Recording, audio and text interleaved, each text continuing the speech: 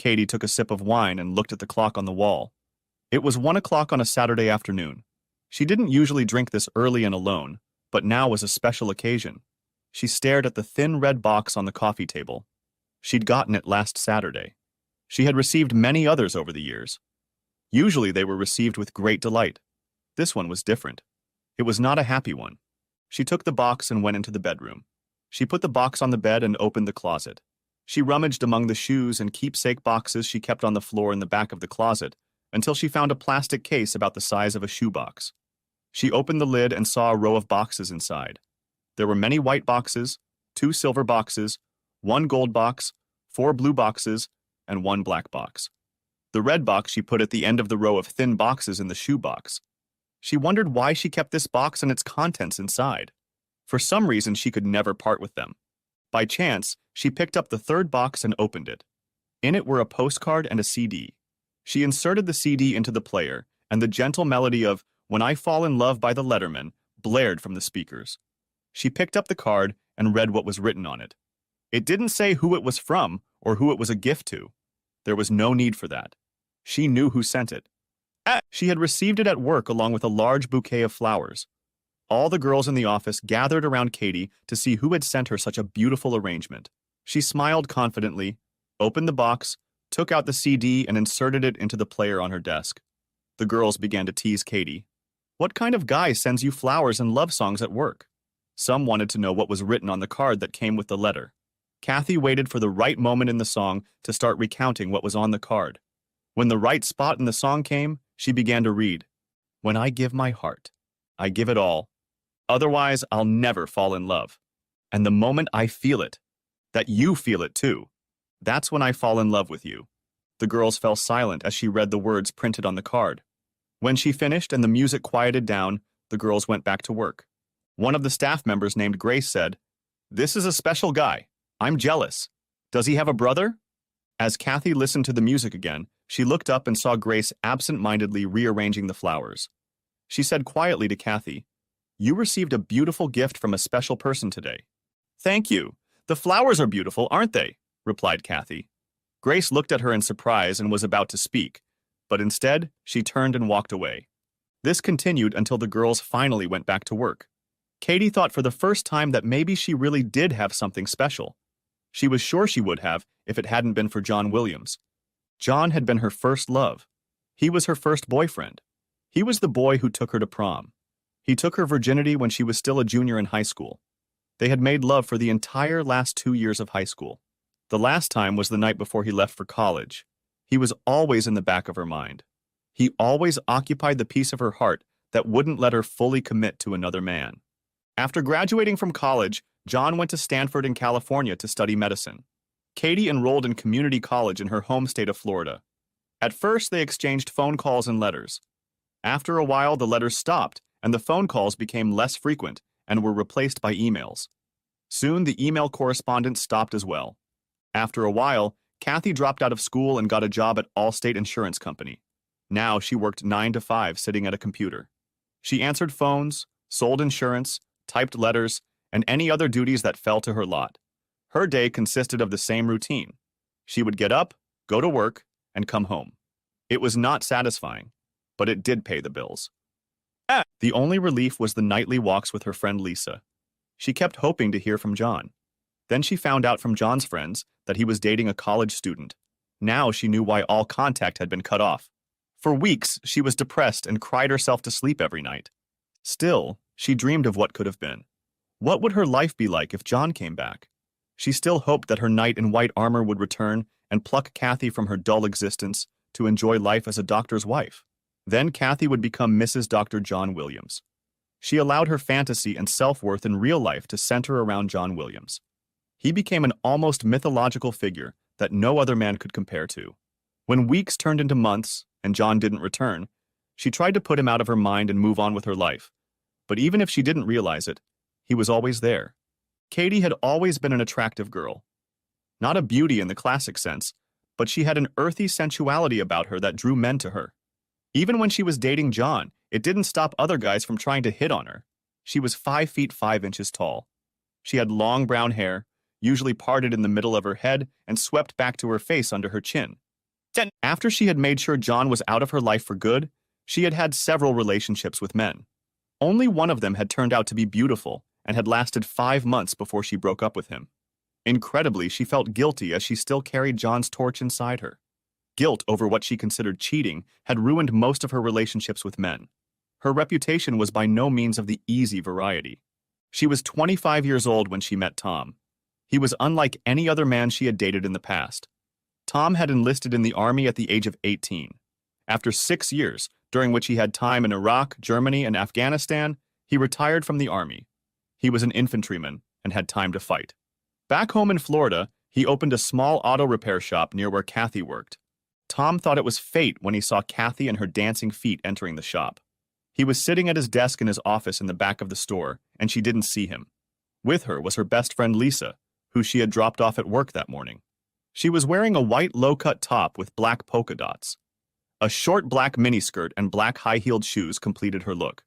Tom was mesmerized. He had never seen such an exquisite woman. "Hi," Kathy called out. "Anybody here?" Tom came out of the office and said, "What can I do for you, miss?" Kathy explained that her car wouldn't start and was in the parking lot of the insurance company down the street.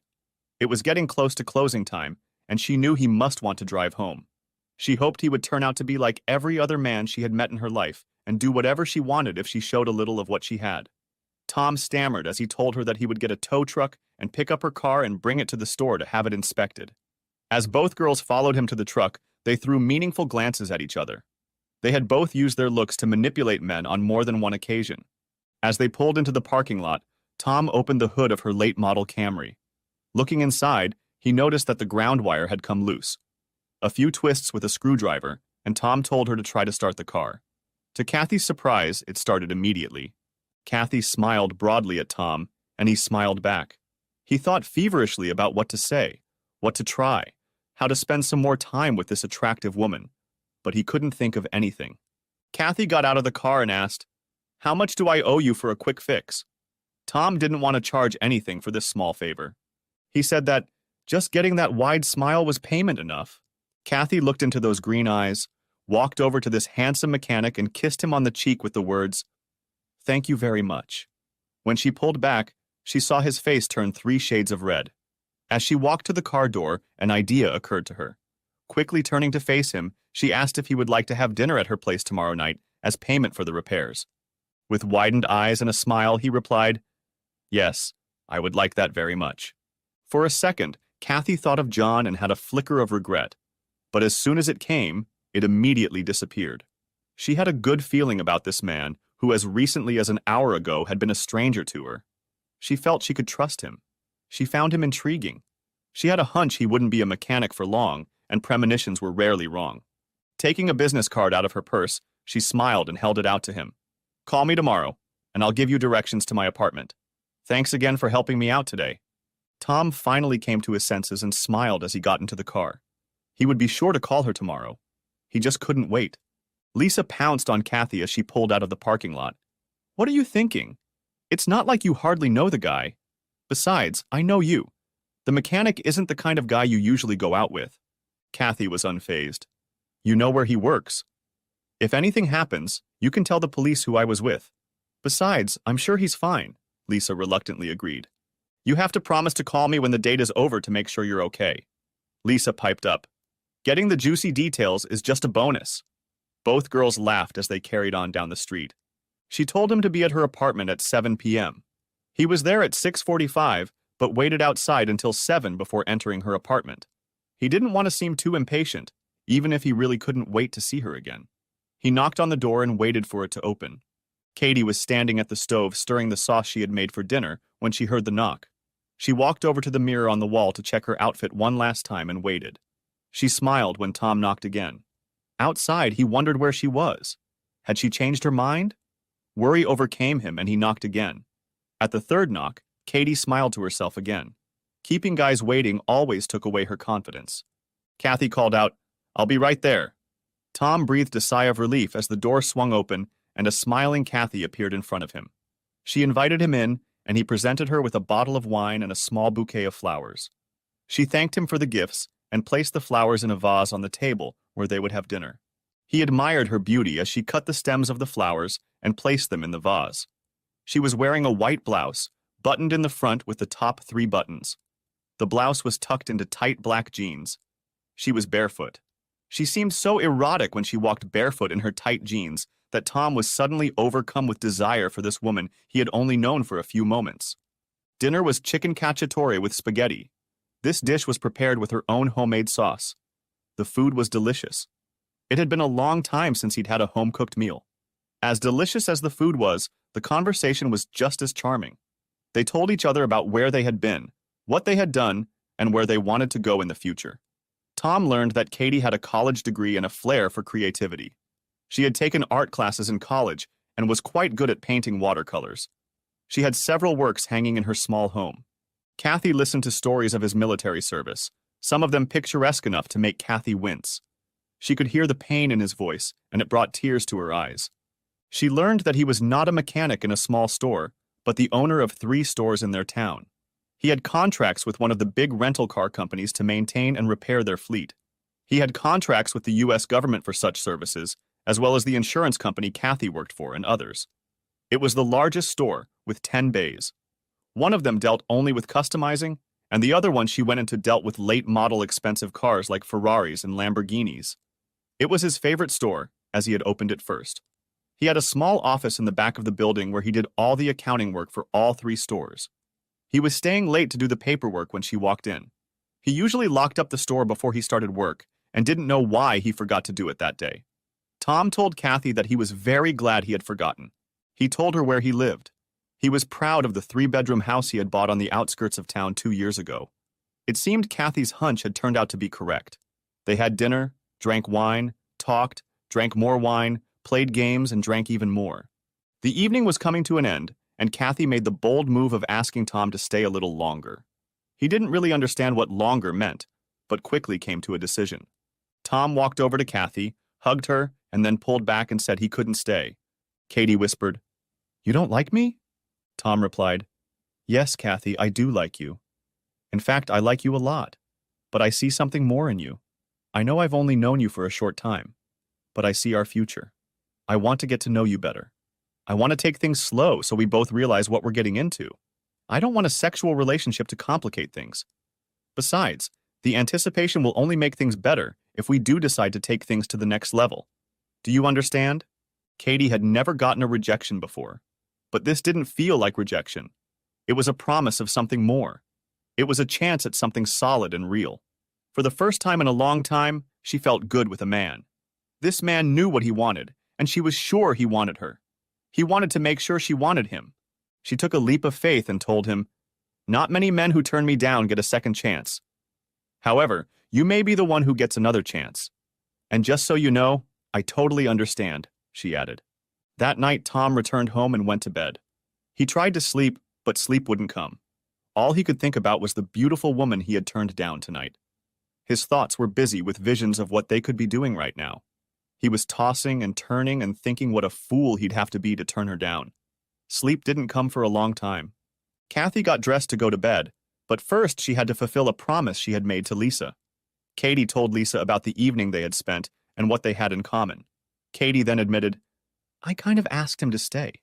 "You asked him to stay? Are you out of your mind? You just met him today," exclaimed Lisa. Kathy moaned, "Don't worry, he turned me down." Lisa was more shocked that he said no. Lisa joked, "He must be gay." Katie laughed. "Judging by the goodnight kiss he gave me, no. I can definitely confirm that he's not gay." Tom was tossing and turning and Kathy slept like a baby. She didn't feel alone. She felt like he was right there with her. In a way, he was. Somehow he had gotten into her heart. It was 4 months before Tom realized he was in love with Kathy. She became convinced much sooner. A year later, Tom and Kathy were married. It was a small service with only a few friends and family in attendance. They moved into Tom's house on Kensington Street and began their life together. The disc stopped playing. Kathy didn't seem to notice it. She was too immersed in pleasant memories. She removed the disc and slipped it into the case along with the card. She went around to the next 2 white cases and picked up the gold one. The gold and silver cases were special. They held the fondest memories for her. She opened the box and took out a CD and a card. She received this box on the morning of her wedding day. Along with her bridesmaids, Katie was getting ready for the big day. The doorbell rang, and one of the bridesmaids opened the door. It was a FedEx courier delivering a gold box. She took it to Katie. They searched around until they found a guest with a small portable CD player.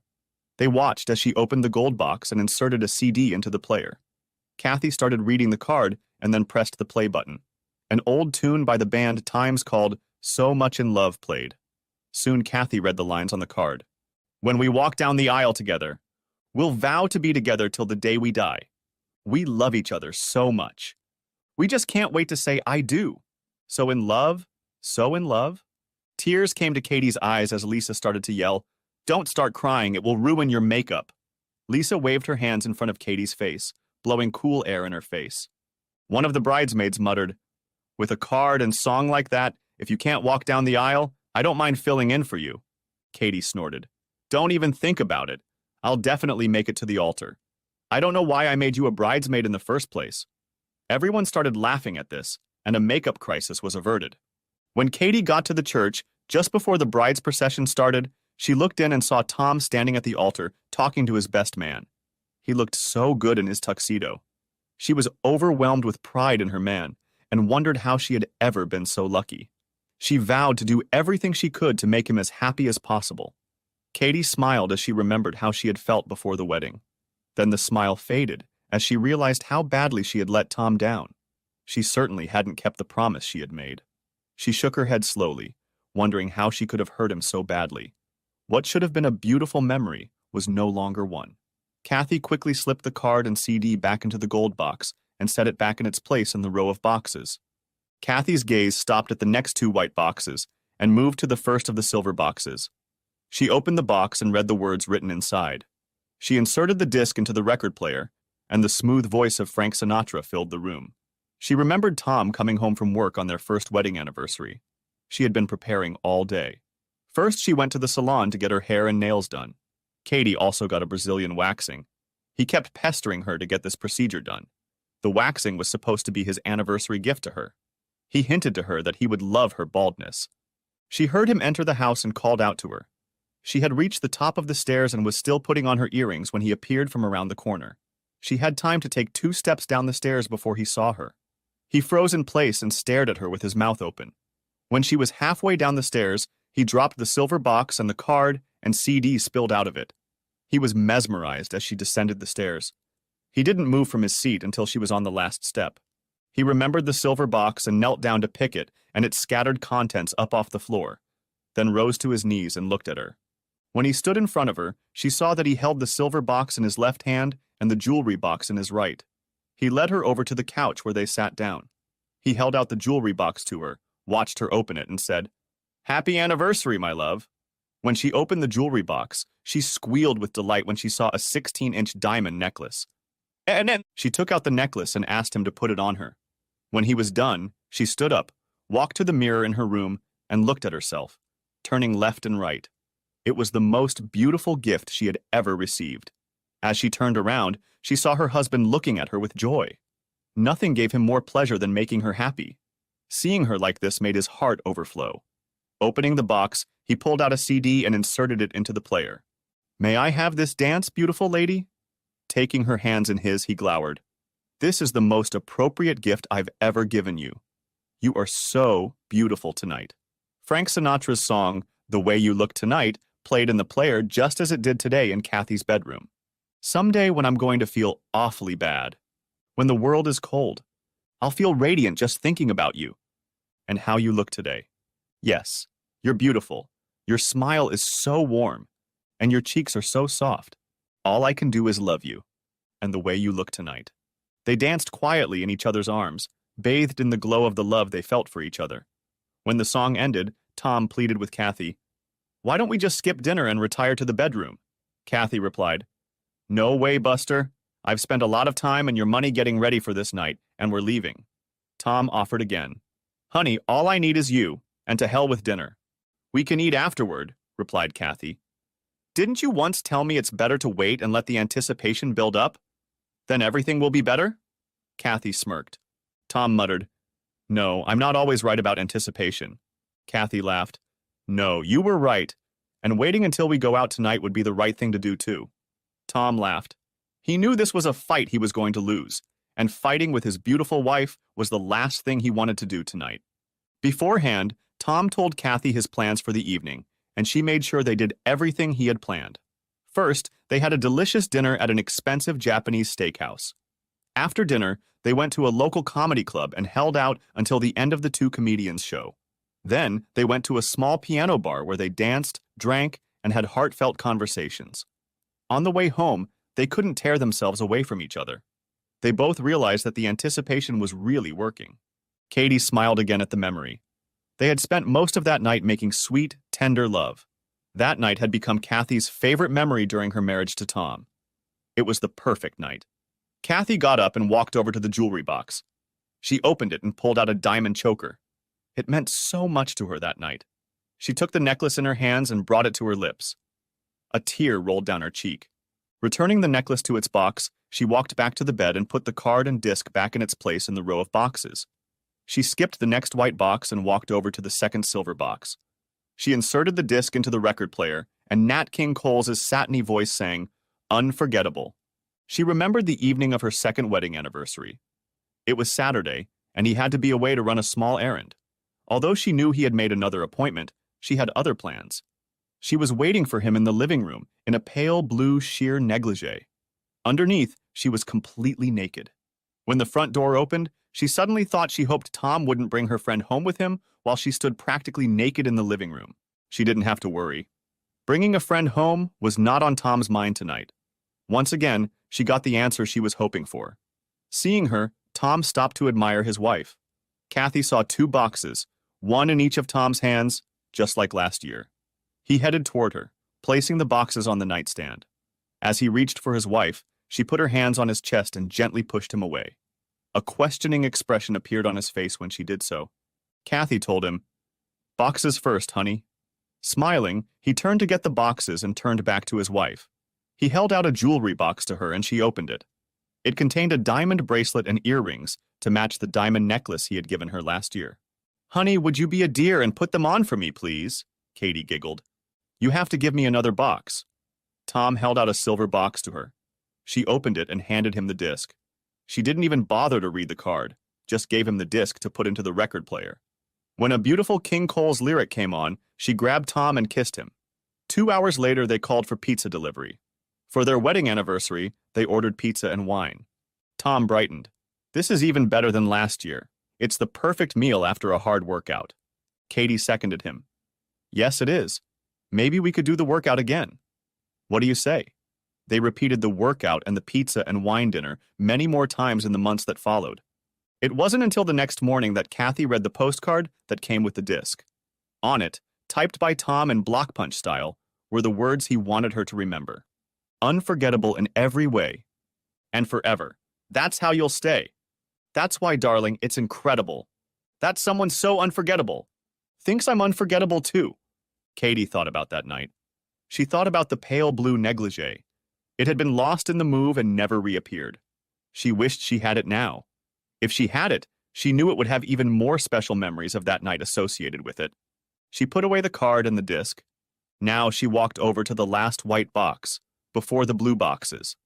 Those horrible blue boxes. The blue boxes with the pain inside could wait.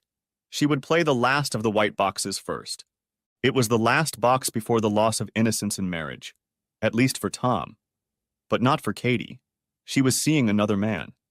Not just anyone, but the man of her dreams, her first lover. Yes, John was back. It had been 5 months since their second wedding anniversary. That night they shared their love for each other. Unbeknownst to Tom, his worst nightmare had become reality. The man from Katie's fantasy was back.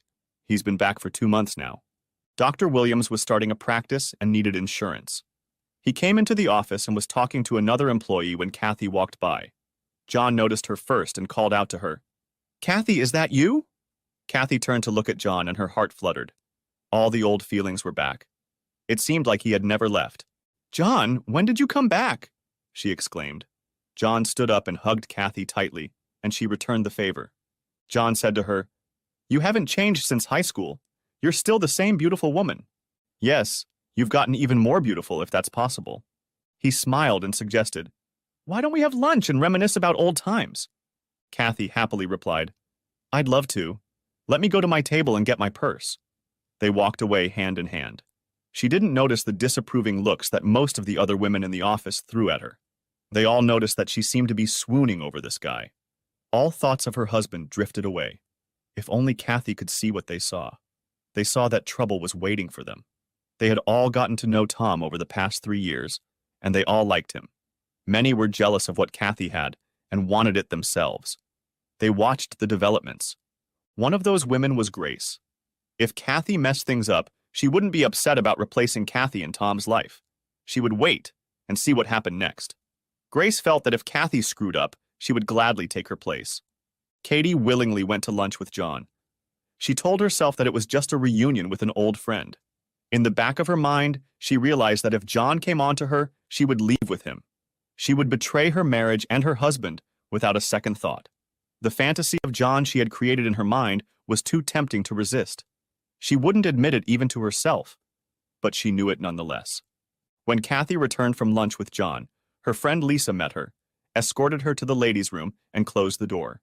Lisa bluntly asked her friend, "What are you, a married woman, doing with this handsome man?" Kathy stammered, "It was just lunch with an old friend from high school, nothing more." Lisa wasn't so sure. "The gossip started as soon as you two left the office, and some of the things that were said you wouldn't have liked. Everyone assumed it was more than just lunch with an old friend." Kathy assured Lisa, "It was. It was nothing more than lunch with a classmate." Lisa was relieved. Kathy was her best friend, and she had helped her through a difficult time with a former lover who had left her. Tom was the first man to treat her like a queen, and she knew he would never hurt her. Lisa said to Kathy, "If you were smart, you wouldn't let yourself have any feelings for this guy. What's his name?" she asked. Kathy sheepishly replied, "He's John Williams."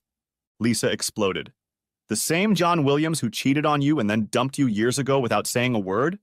Is that the guy you went to lunch with? You told me that if you saw him again, you'd punch him in the face instead of hugging and kissing him." Katie wrote out, "I didn't kiss him." Lisa grinned. "You're a liar. I was looking out the window when you came back and I saw you press your lips to his ass. You saw him once, and now you're lying to me?" Katie took a seat on one of the padded chairs in the women's restroom. "I'm sorry I lied to you. I couldn't help myself.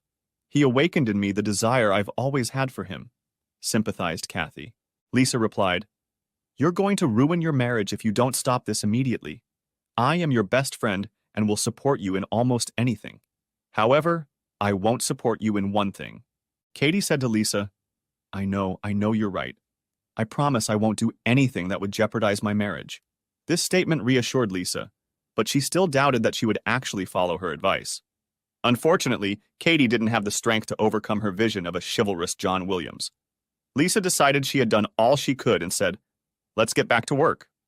For the first few weeks it was lunches and pleasant conversations, nothing more. Soon they started having drinks after work if Tom had to stay late. This was followed by several weeks of date nights with drinks. John's demeanor was relaxed. He didn't rush things. He wanted Kathy back. He wasn't sure if what he felt was love. He wasn't in a hurry. He was sure he would soon be dancing the horizontal mambo with Kathy. If love came out of it, good. If not, it would be a pleasant interlude until something better came along. The fact that she was married meant nothing to him. She wasn't sure she would have been able to follow through if Tom hadn't had to drive to Pittsburgh for practice. It wasn't just a training session. It was a chance to meet people in the industry, socialize a bit, and make new acquaintances. It was good business. Tom asked Kathy to go with him, but she said she couldn't take the time off. She could see he was disappointed, but understood. Did she really not want to go on purpose? Was this an excuse to see John? She didn't want to admit it, but that was the reason. While Tom was away, John and Kathy could catch up. The conference was to last 5 days. It would start Monday morning and end Friday night. Tom would fly out Sunday at noon and return home Saturday at 3 p.m. Thus, the two lovers would have 5 days and 6 nights to do whatever two adults wanted to do. Unaware that Tom would be on vacation, Kathy took the 5 days a week that he would be gone to spend more time with John. The betrayal was complete. All that remained was to get on with it. As soon as the computer confirmed that Tom's flight had left the airport, Kathy called John and asked him to come to the Kensington Street house to complete the betrayal of her marriage. John did indeed spend 6 nights and 5 days in Tom's bed. He also spent most of that time in Tom's wife's bed. John had become an accomplished lover. Having been a serial womanizer, he became a predator. The wine-filled nights confused Kathy. By Friday evening, John's seduction and conquest of Kathy was complete. Of course, Kathy's infidelity began the day John walked into the insurance agency office. It only took him 5 days to win Kathy's heart, whereas it took Tom months. Of course, John had gotten his way with help, while Tom had not. By Saturday morning, Kathy planned to leave Tom to be with John. In 2 weeks, John was scheduled to close on his new home. He was living in a small hotel room until closing. Kathy was to live with Tom until closing. John left at 9 a.m. on Saturday morning. An hour later, someone knocked on the front door. Kathy opened it, but it was a local florist with a large bouquet of flowers. The flowers were accompanied by a white box. Tom must have planned it the week before the wedding. Kathy tipped the driver and sent him on his way. She opened the box and pulled out a card and a CD. She put the CD into the player and was surprised to find that it was a country-style tune. It wasn't the first time Tom had sent her country-style songs in boxes. However, after listening to the music, she realized that the song was perfect. It was a song called 6 Days on the Road. It started like this: I'm out of Pittsburgh, rolling down the East Coast. And it ends like this: well, my car's a little old, but that doesn't mean it's slow. My hometowns are coming up. If you think I'm happy, you're right. 6 days on the road, and I'm gonna make it home tonight. Katie wondered how the hell he had found that disc. She knew he would be happy to be home with her again. She knew he would immediately want entertainment. Kathy hoped that she could pull this off without letting Tom know. She hoped she could keep it a secret for 2 weeks. The limo pulled into the driveway at 4 p.m., 6 hours after she'd gotten the flowers. Tom got out, paid, tipped the driver, and set the suitcases on the porch. Tom was looking forward to seeing his wife. What surprise would she give him when he entered the house? Would she be wearing a new negligee, some slutty outfit, or maybe no outfit at all? The images of his wife dancing in his head were beyond him. The anticipation worked magic on him again. He opened the door and was surprised to see Kathy sitting on the couch in the living room. She stood up and walked over to him for a kiss and a hug. Such a welcome he had not expected. He tried to talk his wife into going into the bedroom to diffuse 6 days of desire. I'm already tired. Maybe tonight. Okay, suggested Kathy. Maybe tonight. What the hell was going on? Who is this woman and what has she done to my wife? Dejected, he went out onto the porch to drop off his suitcases. Finding nothing better to do, he put all the dirty clothes in a basket, put away the toiletries, and stowed the suitcases in the attic. Finished, he went to the kitchen where Kathy was preparing dinner. Walking over to her, he put his arm around her waist. She pulled away from him with the words, "Not now. Can't you see I'm trying to cook? Just leave me alone." A rejected Tom walked out of the kitchen and sat down in the living room. He pondered the change in his wife and was unhappy with his thoughts. This was no longer the same woman he had left last Sunday. Something had happened on the trip, and she didn't seem to want to talk about it. There was trouble brewing. There was no telling what it was. Katie was worried. She realized she wasn't doing a very good job of keeping things the same. Katie felt guilty as hell.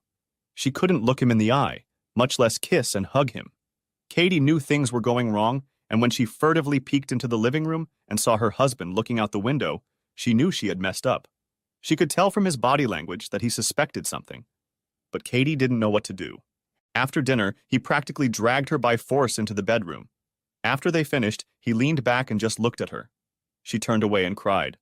Tom got up, showered, got dressed, and left the house. He didn't return until Sunday night. When he returned, Kathy asked, "Where did you spend the night?" "I had some paperwork to take care of, so I spent the night at the store." He snapped angrily. Kathy spoke up. "I was worried you didn't call?" He replied, "Don't you have a phone? Are your fingers broken?" Nothing more was said between them that evening. Kathy put the disc away. She thought that maybe it should have been put in the blue box, too. The reunion had gone horribly wrong. What could she have expected? She'd cheated on her husband, and she was guilty as hell about it. Worse, she had planned to leave him for another man, and now he suspected something. Katie picked up the first of the blue boxes. She hesitated before opening it. That's when the pain started. She opened the box and pulled out a CD. There was no card. Her deception had changed the tradition of boxes. She inserted the disc into the player and heard the beginning of a song. She remembered getting the box. She came to work on Monday with an unusual bouquet of lavender flowers. Katie later learned that lavender is the flower of distrust. If any of the girls knew about it, they didn't say so. As usual, the girls gathered around to listen to the song he had sent her. Only this time, Katie wasn't sure she wanted the girls to hear the song. She had no idea what would be on the CD. The girls kept insisting that she put the song on, like she always did when the box came. Finally, she stopped resisting and put the disc in the player. The Bob Seger song started. I know it's late. I know you're tired. I know I'm not in your plans. All my hopes are fading. Now we have everything. Let's make it last. Let's find a way. Why don't you stay? The girls listened silently at first, and then looked disapprovingly at Kathy. They had all seen Katie with John, and were not surprised to hear that Tom had caught her. One of the older girls named Rose asked her, Katie, what have you done? Katie decided that what's done is done. She was going to leave Tom in 2 weeks, and they would all find out anyway. Why try to hide it now? She looked at them defiantly and said, I'm leaving Tom in 2 weeks. I'll be moving in with John, who I'm dating. Is that what you wanted to hear? Rose then replied, No, that's not what I wanted to hear, but it's what I expected. You may not realize it now, but I think you are making a huge mistake. Your husband is crazy about you. He's also one of the best men I know. I doubt the new man in your life will last long. You might as well stop now before it's too late. It may be too late either way. You heard the CD. He already suspects something, Kathy said. It'll be your loss if he goes, and some other girl's luck. Rose left, shaking her head, and the other girls began to go back to work as well. Only 2 girls remained. One was Grace, the other was her friend Lisa. Grace asked Katie, Are you really planning on leaving Tom? Katie angrily replied, Yes. Grace only nodded, turned and walked away. Lisa stayed behind, throwing daggers at Kathy. You didn't take my advice. Don't come crying to me when everything goes to hell. I'm very disappointed in you. I was wondering why I haven't heard from you, why you haven't returned my calls. Lisa turned on her heels and walked away. Kathy realized that she was angry, but she would come to her senses when she saw how good her relationship with John would be. Katie was sure she had made the right choice. Katie took the CD out of the player and put it away. She looked at the CD and the box again and thought about why she hadn't done what Lisa wanted her to do. In the evening, she came home and pounced on Tom, criticizing the song. She yelled at him, Why did you send me this? I'm your wife. Really? He hissed. I thought you were more interested in someone else. On Saturday, it seemed to me you weren't my wife. The postcard and the disc just fit my thoughts. You're wrong, Tom. You're just wrong. She hissed back. She knew she wasn't. It hit right on target. Why couldn't she just admit it? She'd had her chance to tell him the truth, but she hadn't taken it. Katie realized then that she subconsciously didn't want to tell him about it. She didn't want the reality to be true. For the second time, she brushed away a tear. She put the box away. Katie's fingers ran over the lids of the boxes and stopped at the second blue box. She remembered when she had gotten that box. It was the day after she got the Bob Seger song. She drove up to the house on Kensington Street, and the box was on the porch opposite the front door. As soon as she saw it, she looked around to see if it was there. But she didn't see anyone. She quickly picked up the blue box and carried it into the house. She decided she had to play it before John got home. Opening the box, she saw the usual note inside and opened the folded paper to read it. Instead of the usual song lyrics, there was a short letter to Kathy. It began like this. My love, I know you so well. Maybe even better than you know yourself. You were my gem, my diamond. I knew every facet, cut and angle. At least I thought I did. I looked deep into the middle of that diamond. It was like looking into your heart, your soul. I had never seen it, its imperfection, but now I see it. The song on the CD says what my mind thinks, and my heart screams that I must be wrong. If my mind is wrong, please call me. I would get on my knees to ask, no, beg you for forgiveness. If you don't forgive me, I'll know. That when I fell in love with you. I missed the imperfections. Love is blinding, and blind eyes can't see. I wait for your answer, my love. What will it be? Katie's lips quivered, and she held back a tear. She put the CD into the record player, and Ronnie Millsap began to sing, Stranger in My House. I can't find love. In her eyes. I'm beginning to realize. I feel the presence of another man. She sits and stares out the window. 1,000,000 miles away. Does she love him in her thoughts? While she lies here in my bed. There's a stranger in my house. Someone is trying to take her away from me. Of course, Katie didn't call. Once again, Tom and the song were right. Kathy was stunned that he could see the situation so clearly. Why couldn't Tom realize that she didn't mean to hurt him? She was just in love with another man. Perhaps she should have told him that right away. Katie realized that she had never told him the truth. Why? It was a question she didn't want to answer even to herself. Were extraneous thoughts creeping into her head? Impossible. Kathy pushed the thought out of her mind. No one would call Tom. A cheating wife couldn't tell him that he was right in his suspicions. Kathy picked up the third blue box. In some ways, it was the worst box ever. Tom began to spend more nights at the office. He was coming home one night instead of the next. Because of the uncertainty of Tom's actions, Kathy and John couldn't see each other for a week. They decided to take a chance that Tom would not be home on Friday night. Kathy drove by the store located near her work. Ironically, it was where Tom had taken up residence when he didn't come home. She pulled in there at 7 o'clock that evening, and his car was there. Deciding that he wasn't coming home again tonight, Katie called John on his cell phone. She told him that the all clear was clear and for him to wait for her at the house. Kathy didn't realize that Tom was already coming home. He was looking for the right song to put on a CD. He was also writing a handwritten card. He wanted to talk to Kathy and try to save their marriage. Tom knew something was wrong. He thought she was seeing someone else. After all, she hadn't called like he asked if he was wrong. However, he only had suspicions. Nothing serious. Tonight he would talk to her and try to stay together. It wasn't until 8:30 that Tom left his store. It took him half an hour to drive across town to his house. As Tom turned onto his street, he saw a strange car parked in front of his house. As wary as Tom was, the strange car made him uneasy. Tom was terrified of what he might discover. But he had to know. He drove 5 houses past his house and parked on the street. Tom walked to the front door, carrying a bouquet of flowers and a white box. He tried the doorknob. It was locked. He quietly inserted the key into the lock and turned the knob again. The door opened, and Tom slowly stepped inside. As he walked through the house, he heard nothing until he was at the foot of the stairs. The same staircase that his wife had walked down in a little black dress on the night of their first anniversary. He thought how beautiful she had looked that night, and the memory made him smile. Until he heard voices and what he thought was the movement of the bed. His mood turned black and cold. The smile disappeared from his face. Tom climbed the stairs, carefully avoiding the creaky 5th step. The house was cool when he reached the bedroom door, but sweat trickled down his face.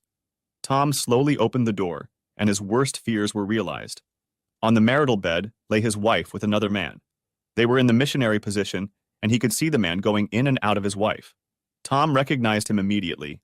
He had seen pictures of the man in her high school yearbook. Kathy had told him about how they had met, and that he had taken her virginity. This man was her first love. It was John Williams. Tears came to his eyes. His heart was breaking. The knowledge was worse than he had anticipated. Tom knew he should go in and beat the shit out of this asshole, but what was the point? He'd go to jail and his wife would testify against him at his trial. No, he'd just walk away and let events take their course. Tom walked back down the stairs, even stumbling on the 5th step. It didn't matter as the lovers were too engrossed in their occupation to hear. Tom left the flowers on the kitchen table, opened the box and snapped the CD in half, leaving it on the table with the flowers. He picked up the card. He left the house, slamming the door. Katie remembered what happened next. Kathy whispered, "Did you hear that?" John impatiently replied, "I didn't hear anything." He wanted to continue making love. "No, I heard something." She pushed John away from her, put on her robe and went downstairs. When she saw the flowers and the broken CD in the white box, a wistful feeling swept over her. The white box meant he was sorry and wanted her back. Now she was sure he knew. She didn't know if he had seen them or just heard them and left. She felt terrible. She had never meant to hurt Tom like this. Yes, she knew she would hurt him when she left, but not like this. Katie was troubled by her reaction. She was walking away from him. What did she care? She had her own man. That was John. Tom's feelings shouldn't have mattered to her. It was confusing, but she put it out of her mind. Finally, John came down and saw the flowers. John thought Tom was a weakling for letting him steal his wife away so easily and not fighting back. So this weakling was here? With the flowers and the disc? How pathetic. Kathy really didn't think it was pathetic, but decided it wasn't worth arguing about. Tom didn't come back to the house for a whole week. John never left, practically moving into the house. Kathy woke up from her reverie and looked at the boxes in her suitcase. She regretted that she couldn't have that broken disc in the white box now. After all, if she had it, she wouldn't have the other blue boxes and the black and red boxes. Kathy inserted the disc into the player and read the card. Roy Orbison's song, Running Scared, started playing. Kathy read the words on the card, neatly printed and pasted inside the card, already without his funny font that she thought was so cute. Just running scared. I'm not feeling well. Running scared? You love him so much. Just running scared, afraid of losing him. If he came back, what would you choose? And suddenly he was there. So confident, head held high. My heart was breaking. Who would you choose? And you turned and walked away with me. That's what Roy Orbison sang. But that's not what the postcard said. The last line on the card said, "Will you leave with him, or will you stay with me?" Katie remembered when she received this box. It had been delivered by courier on Monday morning. There were no flowers or gifts attached to the blue box. The girls, now even more curious than before, again crowded around Kathy's booth to listen to the CD. This time, Kathy refused to play the disc or read the card. She knew now that the blue box was not a good color. Apparently the girls knew too and begged her to put the CD in, but Kathy held firm. It wasn't until after work that she got into her Toyota, the same one that Tom had fixed that first night. Kathy started to open the box when she heard a knock on the window. It was her friend Lisa and an elderly woman named Rose. Lisa asked, "Do you mind if we listen to the CD Tom sent you? We'll get in the car with you and just listen to the CD. We won't say anything, just offer support if you need it." Kathy admitted, "I could use some friends to listen to it with me. Do you promise not to judge me?" The girls shook their heads, and Katie let them into the car. The girls sat in silence, Lisa in the front, and Kathy and Rose in the back seat. Katie opened the box and hesitated for a few moments, then inserted the disc into the CD player and read the card. The girls listened in silence as the disc played. She read the card and then passed it to the other women in the car. Lisa cried as she read the card and listened to the song. She knew he was pouring his heart out. He opened up to her, telling her about his fear of losing her to another man. In the card, he also told her that he would be returning to his house on Saturday morning. He let her know that she had to make a decision by then. At the end of the card, he wrote, "I hope you choose me." Rose read the card and inquired, "Kathy, what are your plans?" Kathy replied, "I'm leaving with John on Saturday morning."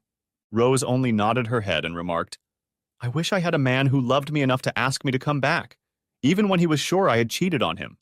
Katie replied, "Rose, haven't you been divorced twice?" "Of course you're right," replied Rose sadly.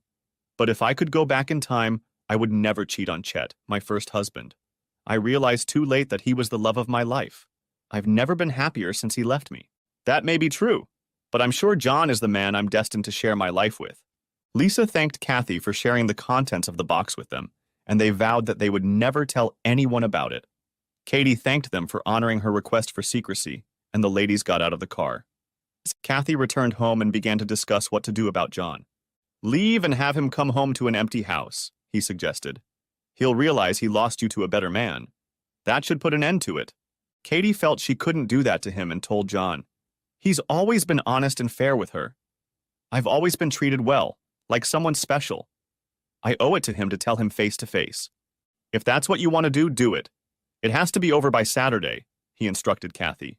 At 9:45 a.m., Kathy was sitting at the kitchen table. The last two bags stood by the door. She had picked up all the things she needed the day before and moved them to John's new place. Promptly, at 10 o'clock in the morning, Tom walked through the door of his house. The first thing he saw was the packed suitcases and immediately realized that Kathy's decision was not his. Kathy saw a look of hope appear on his face that was replaced by sadness. Ignoring her, he walked over to the refrigerator, pulled out a beer, unscrewed the cap, and tossed it in the sink. He sat down in the chair across from her and took a long sip from the bottle. "I guess you've answered the question," he said finally. Kathy was puzzled. "What question?" she asked. Taking another sip of beer, he replied, "You're leaving with him and not staying with me." "Oh," was all she could reply. He took another sip and asked, "Do you love him?" "Yes." "Then it's useless to fight for you?" "No, I'm sorry, Tom," she whispered. He sipped more from the bottle and set it on the table. Without looking at her, he said, I think it's time for you to get out of my house. Katie was shocked by his words. He had never swore at her before. Will you help me take my stuff outside? Tom brought the bottle to his lips, finally finished his beer, and slammed it down on the table again. It's your decision to go. Carry your damn bags yourself. Shocked once again by his words, Katie carried first one, then the second bag to the porch. Once outside, Kathy texted John to come pick her up. She wasn't happy with the way things had gone. She wanted to try to explain what had happened and how she felt. She wanted to tell him that she still loved him, but not the way she loved John. She wanted to be kind about it all, but Tom had other ideas. If she didn't want him, then she should leave. It was all so easy for him, she thought. But how could she blame him? Katie looked at the house she had lived in for over 3 years. Those had been happy years. She thought she heard a noise coming from the kitchen, so she went to look out the window. She was horrified to see Tom sitting in a chair with his back to her. His body was shaken by soundless sobs. She was shocked to see her strong husband crying like a baby. She made the mistake of bringing her hand to the window as her wedding ring clattered on the glass and he turned to look at her. Once outside, he grabbed her left hand and quickly removed her wedding and engagement ring from her finger. Without saying a word, he went back into the house and threw them on the table. They bounced off the tabletop and fell to the floor. Tom didn't make the slightest effort to pick them up. Kathy watched him through the window. He walked over to the window, looking at her eye to eye, and slowly closed the blinds. His eyes did not take his eyes off of hers until the blinds were completely closed. Katie had never seen such a hateful look from anyone before. For the first time, she was afraid for her husband. She was also afraid for John. John thought Tom was a wimp and a weakling. She knew, or thought she knew until today, that Tom would never hurt her, but she wasn't sure what he could do to John. She was under no illusions. She knew that her soon-to-be ex-husband would not be easily defeated in a fight. Finally, John pulled up to the quaint house on Kensington Street. As he carried the bags off the porch, he loudly insulted Tom inside the house. As they drove away from the house, Kathy was relieved that Tom hadn't left the house to meet John. She had hoped that they could part as friends. But that was not to be. Putting the unpleasant confrontation behind her, Kathy was happy. She was with her long-lost love. Now they would start a new life together. She would do everything she could to make him happy. Kathy put the disc in the blue box along with the card and returned it to its place in the case. She thought it was ironic. She told Tom the same thing she had just thought about John. She had done everything she could to make him happy, but she hadn't succeeded. She pulled the next blue box out of the case and looked inside. This one she remembered painfully well. She knew what song it was because it didn't have a card in it. When she pulled the CD out of the box, she immediately remembered Tom's cousin Janice and her wedding day. Kathy was chatting with her girlfriends when Janice walked up to her. Janice looked Kathy straight in the eye and asked, "Do you really love my cousin?" Kathy assured Janice, "Yes, I do. I love him very much." "I hope you mean it," warned Janice. "I don't want Tom to get hurt anymore." Katie asked why she was so worried. Janice briefly told Kathy about Tom's childhood. Tom's mother died of stomach cancer when he was 7 years old. His father became addicted to alcohol and died of sclerosis of the liver when he was 12. He was taken in by my family. My mom is his aunt, his mother's sister. For some reason, my father didn't want to take on the responsibility of raising Tom, but my mother insisted that only family should raise her sisters. As a result, Tom always felt unwanted by his father, a burden to the family. In high school, Tom had trouble with girls and was constantly absent from extracurricular activities. He was literally a lone wolf with no friends. The only thing that saved him was that he was a tough guy. He was willing to fight anyone at the first opportunity and usually won. While that didn't make him any friends, most left him alone. It didn't bother me that he was my older brother. Mentioning his name in a conversation with any bully usually ended any further trouble. "Did you see all the scars on Tom's body?" Kathy wondered. Tom had never talked about how he got those scars. Kathy replied, "I have seen them. He told me they were from a bullet, shrapnel, and on the left side of his body from a knife cut. All of the scars were from his military experience, except the knife cut. He got it while defending her in a bar from 2 drunken bikers." Kathy had never heard of it. She needed to know what had happened, and Janice was happy to tell her about it. Tom was home on vacation after his first deployment to Iraq. She went to the Dewdrop Inn, one of the local bars in town that was frequented by the rough crowd, bikers and truckers. Why Angie wanted to go there in particular is still a mystery to me. Tom was there drinking beer with two army buddies who came with him on vacation. I didn't see him when we walked in. Angie and I were sitting at a table when two obnoxious guys asked us to dance. One was a big guy with short hair and wearing a black biker jacket. The other was smaller, with messy, disheveled dark hair. I can still see them as if it happened yesterday. We told them, no thanks. But they didn't take no for an answer. The dirty-haired guy got upset and started calling us sluts and teasing us. The bigger one grabbed my arm and tried to pull me out of the booth. Out of nowhere, Tom appeared and pushed the big guy away from me. The big guy took a swing at Tom and missed. Then Tom started punching him until he fell. That Kathy is the reason Tom became my favorite cousin. Who knows what might have happened if he hadn't been around? I'm very protective of him. I don't want anything bad to happen to him. If you hurt him, you'll have to deal with me. Katie was surprised to learn of her future husband's abusive past. He had always been kind and gentle with her. She felt calmer, knowing that he was a man who could protect her if need be. Katie reassured Janice again. After hearing how protective he was of you, I think I love him even more now. I promise you that I will never hurt him. With regret, Kathy thought that this was another promise she had not kept. Kathy remembered the day that box had arrived at her office. She had received it again by FedEx Messenger on the Monday after Saturday's run-in. There were no flowers in it. She figured he had decided she no longer deserved flowers from him. She also refused to play the girl's CD and turned it on to Lisa and Rosa in the car after work. Lisa and Rosa wanted to know the meaning of the song, since it didn't include a card. Kathy told the girls about her younger years, the death of her family members, and how she had not received love and acceptance until she met Kathy. Now, years later, she realized that she didn't understand the meaning of the song when she first heard it.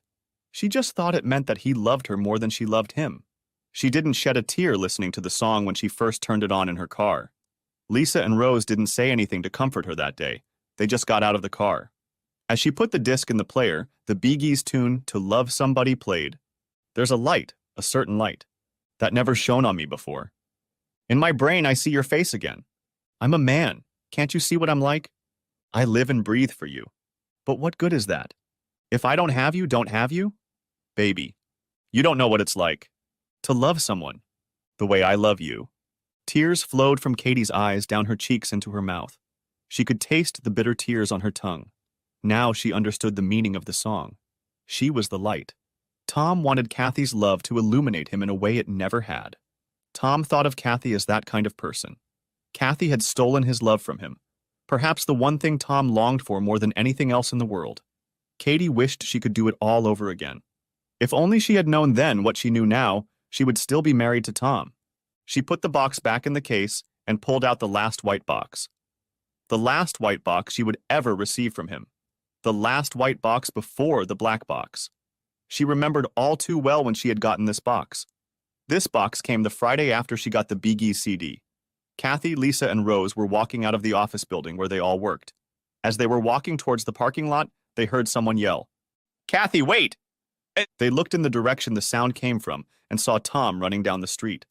Tom was dressed in his usual tight-fitting blue jeans, a blue short-sleeve shirt, and work boots. Kathy admitted to herself that he did look good when he was jogging. Rose whispered to Kathy, "If he were mine, I don't think I could throw him back." Katie gave her a scornful look as he moved closer and began to walk toward them. They all couldn't help but notice that he had a white box in his left hand. "Hi," he said. Katie watched him look her over, starting at her knees, slowly rising to her eyes where their gazes froze for a second. Reluctantly tearing his gaze away from Kathy, he turned to Rose and Lisa. He nodded, greeting them. The women nodded back in acknowledgement. He turned to Kathy again and said, "You look good." "Thank you," Kathy replied. An awkward silence followed. Finally, Tom spoke. "Kathy, I need to talk to you for a few minutes. Do you mind?" Kathy replied, "I don't know, Tom. I have to go home. John will be waiting for me." "I know," he said. "It will only take a few minutes. Surely you can spare 5 minutes for an old friend." When he said old friend and not ex-lover or spurned husband, she realized he didn't want to fight and decided to give him 5 minutes. Tom turned to the girls and said, "I want to talk to Kathy alone. I hope you don't mind." He started to walk Kathy to her car. Rose and Lisa followed right behind them. After walking a few feet, he noticed they were following behind. Tom turned to look at them, and a small smile appeared on his face. Okay, looks like I'm going to have to do this in front of you. He turned to Kathy and spoke. Please let me finish what I have to say without interrupting me. I have to say everything, and if you say anything, I won't be able to finish. Okay? Kathy nodded. Tom began. I know I don't have a college degree. I don't speak well. It's my own fault, and I know it. I've never been good at expressing my feelings openly. I probably haven't told you often enough that I love you and how much you mean or have meant to me. I've tried to rely on songs and meaningful lyrics to let you know how much I love you and even need you. Obviously, I failed miserably. I loved you more than you will ever know. I was so happy with our life together. I guess my happiness blinded me, and I didn't notice your unhappiness. I'm so sorry I couldn't see it and did nothing to improve the situation. I want you to have this. He held out the box to her. This is my last gift to you. Its importance to you is as great as it is to me. If you don't respond to the song, I won't bother you again. I will never come to your workplace or your new home. If I see you on the street, it will be completely random, I assure you. If your car breaks down, you can bring it in for repair. Smiling slightly, he said, Sure, I'll charge you this time. Kathy, remembering their first meeting, smiled as well. Well, I guess that's all I wanted to say. He started to back away, but then turned around. There's one more thing. I want to thank you. We've had 3 wonderful years together. 3 of the best years of my life, and I will always remember them and think of you with love. Finally, Tom turned and addressed Rose and Lisa. Ladies, you have shown me something today with your courage and dedication. I'm glad Kathy has friends like you. I know you will look out for her. I'm just surprised you think so badly of me. Do you really think I'd do anything to... Tom's voice broke at the word hurt, and it took him a second to come to his senses. He continued, that I would do anything to hurt her. Since this will probably be the last time we see each other, this will be our goodbye. I wish you both the best, that you find what you seek in life, and that when you find it, you both get to keep it. At the word keep, Tom's voice broke again, but he was able to continue speaking without stopping. By this time, Rose was openly crying and hugged Tom tightly. Tom whispered in her ear, If anyone tries to hurt or bother Katie, will you let me know? When they broke the embrace, Rose, crying and smiling at the same time, shook her head in agreement and said she would let him know. He then hugged Lisa goodbye and asked her the same question. She whispered, I will. Tom turned and walked away without once looking back at the girls. He knew he couldn't. They would see the tears in his eyes. The girls watched Kathy's husband walk away. Rose turned to Kathy and said, If you let him go after that, then John must be decent. Lisa only shook her head. In the few times she had dated John, Lisa had thought he was a complete cretin. Lisa tried very hard, but she couldn't see what Kathy saw. She thought that Kathy was making a mistake, and one day told her so. Kathy was so upset that it almost ruined their friendship. Lisa didn't talk about it much after that. Once again, the 3 of them got into Kathy's car to listen to the CD. Once again, there was no card or note attached to the disc. Kathy picked up the CD and hesitated before inserting it into the turntable. Kathy looked at Rose, then at Lisa and asked, Should I listen to it? Lisa replied, Suit yourself. I'm not going to get involved in this case. Rose spoke up. After he revealed his innermost feelings, you owe it to yourself to listen to the song. You owe him at least that. Katie thought about it, curiosity taking over, and she slid the disc into the player slot. The sounds of the Beatles' ballad, That Boy, came softly from the speakers. Tom thought it captured the situation perfectly. Someone had stolen his wife Kathy from him. John undoubtedly wanted her, but he didn't love her the way Tom loved Kathy. Even if Kathy had hurt him badly, Tom would still take her back. He wanted her to know that. Even though Tom was unfair, he loved Kathy and was willing to endure pain, any pain, to get the woman he loved back. Tom was also certain that John would eventually hurt Kathy. He had met people like him before. John was a user. He used Kathy and then dumped her when he got tired of her. Kathy listened to the haunting lyrics of the song and realized that Tom and the Beatles were prophets. That boy took my love away. Eventually, she realized that John really regretted it. He wasn't good for her and made her cry. That day in the car, Kathy didn't understand or believe the words the Beatles were singing. By relying on the songs, Tom once again failed to accomplish his goal.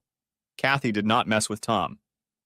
As she placed the Beatles record in its place in the row, she was reminded that she had already heard those words spoken to her by Tom. Ashamed that she had forgotten, she reached for the box drawer. Her fingers trembled as she reached for a box. They stopped at the first white box. Katie closed her eyes, feeling shame spill over her face. He told her what he was doing with the first box he gave her. She remembered the day she received it. Kathy and Lisa were on their way to the mall. It was a Sunday morning. Tom was going to take Kathy on a picnic in the afternoon. Kathy wanted to buy some new clothes. Kathy was driving when Lisa asked her a question. "So how's it going with your mechanic?" Lisa joked. Kathy immediately got angry and replied, "He's not just a mechanic, he has his own business. You know that." "Calm down. I was just joking with you. So what's going on between you two?" Lisa asked.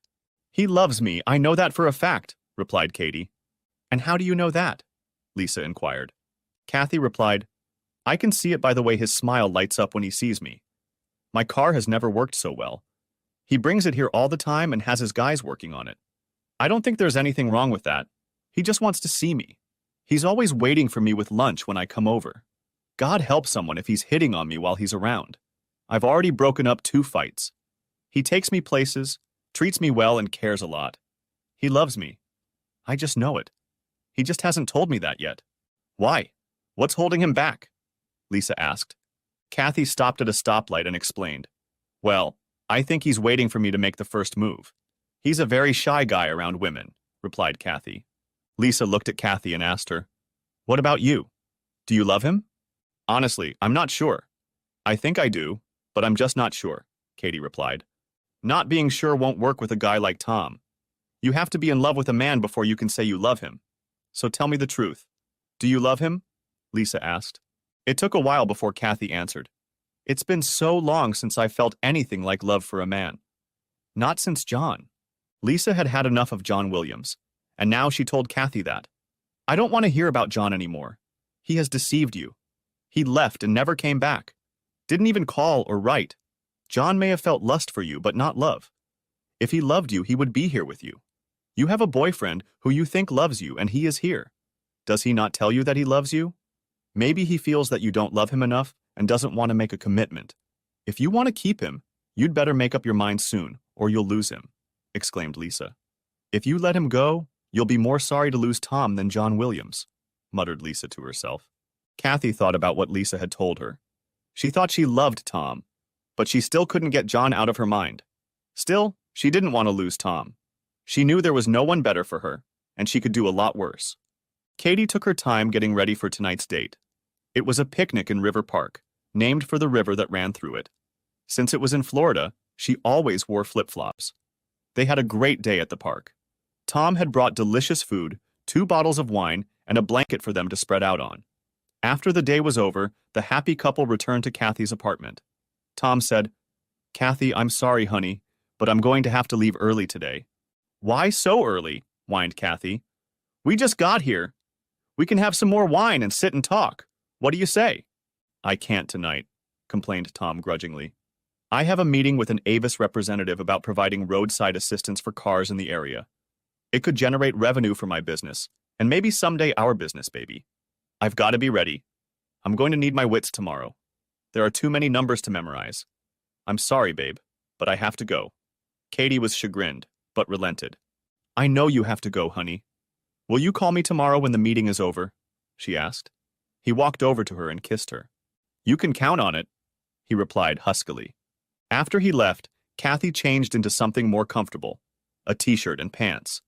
As Katie lay watching TV, she was caught off guard by the doorbell ringing. Looking out the peephole, she saw Tom standing there and opened the door. She was pleasantly surprised. "Did you forget something?" she asked, panting. "Yes, and it's you," he replied. He wrapped her in his arms again and kissed her. He took a step back and Kathy saw the thin white box for the first time. Tom held it in front of him so Kathy could examine it. "Tomorrow I will meet with an influential representative of a potential business partner. I'll be able to speak to him as an equal, express what I think, and have no problem listening to his answers. With you, however, I have a bigger problem. Kathy, for some reason I can't express myself the way I'd like to." Tom stuttered. Then he handed her the box and said, "I hope this shows how I feel about you. Call me anytime." Kathy took the box as Tom left the apartment. Kathy was puzzled by his action. She went to the window and watched him drive away, and then opened the box. Inside was a CD and a note. Katie remembered that night as if it were yesterday. She inserted the CD into the turntable and read the note again, just as she had that night. A Randy Travis song played on the turntable. When you meet the one person, the one you've been looking for, in all the time we've spent together, I've learned to trust you. It completes the perfect union between a woman and a man. So please don't misunderstand me. I don't want to go too far. Without knowing any of the answers, can I trust you with my heart? The only thing written in the note was the line, "Can I trust you with my heart?" That night, Kathy thought for a moment and then called Tom on his cell phone. When he answered the call, all she said was, "Yes." Tom asked, "What?" Kathy replied, "You can trust me with your heart." "I'll be right back," yelled Tom into the phone. Kathy was waiting in the hallway when Tom ran up the stairs. He picked her up in his arms and carried her into the apartment, slamming the door shut with his foot. His voice shook as he spoke to her. "I love you, Katie. I love you like I've never loved another person on this earth." "I feel the same way about you," Katie replied. That night they made love for the first time. Tom didn't even notice that Kathy didn't even utter the words. "I love you too." Thinking back to that night, Kathy cried. Now she realized too late that she really did love him. Maybe she had loved him the first time she saw him in the repair shop. But now, it was too late. Katie set aside the white box and pulled out the black one. She reflected on the events that had led her to get the black box. It had been 3 weeks since she had spoken to Tom before her job. True to her word, Kathy hadn't seen or heard from him since then. Friday morning, John was just about to leave for work when he asked Kathy, "Would you like to go out to eat tonight after work?" "How about Kelly's downtown?" he suggested. Kathy knew it was a place she and Tom went to often. "No," Kathy snapped back. "You know Tom and I used to go there a lot. I'm not going somewhere where I might run into him. If not there, I heard about a new bar and grill that opened up a few blocks from where you work. I can drive you to work and then pick you up at 5. I'll be waiting for you outside the office." "What do you say?" asked John. Kathy thought a moment and joked, "Sounds like a plan." John was already waiting for her and drove her to a new place called Easton Ave, a pub apparently named after the street it was on. Katie was puzzled to see the contemptuous expression on the faces of the waitress and bartender as they entered. They sat down in a booth against the back wall at the back of the establishment. The waitress came over and handed them menus and water. She soon returned to take the drink order. While the waitress was taking the order, Kathy heard the door to the pub open. She looked out to see who was there and was shocked to see her ex-husband walk in and sit at the bar. She heard him order the customary gin and tonic.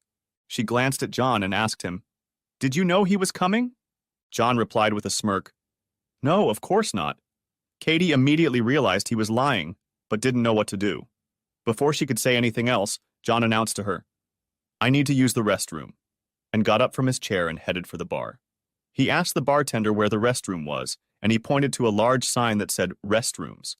Then John said, "Hey, buddy, I didn't see you sitting there." Kathy knew that was a lie too, for she pointed him out to Tom. Tom just looked at him, went back to his drink and took a sip. John walked over to Tom, put his hand on the back of his chair and smirked. "Don't get so upset. She picked the best man, and it wasn't you." Tom looked at him, and John looked at Kathy with a wide grin on his face. Tom looked over his shoulder and saw Kathy sitting there looking at him. Tom turned back to John and said, "Yeah, she picked you."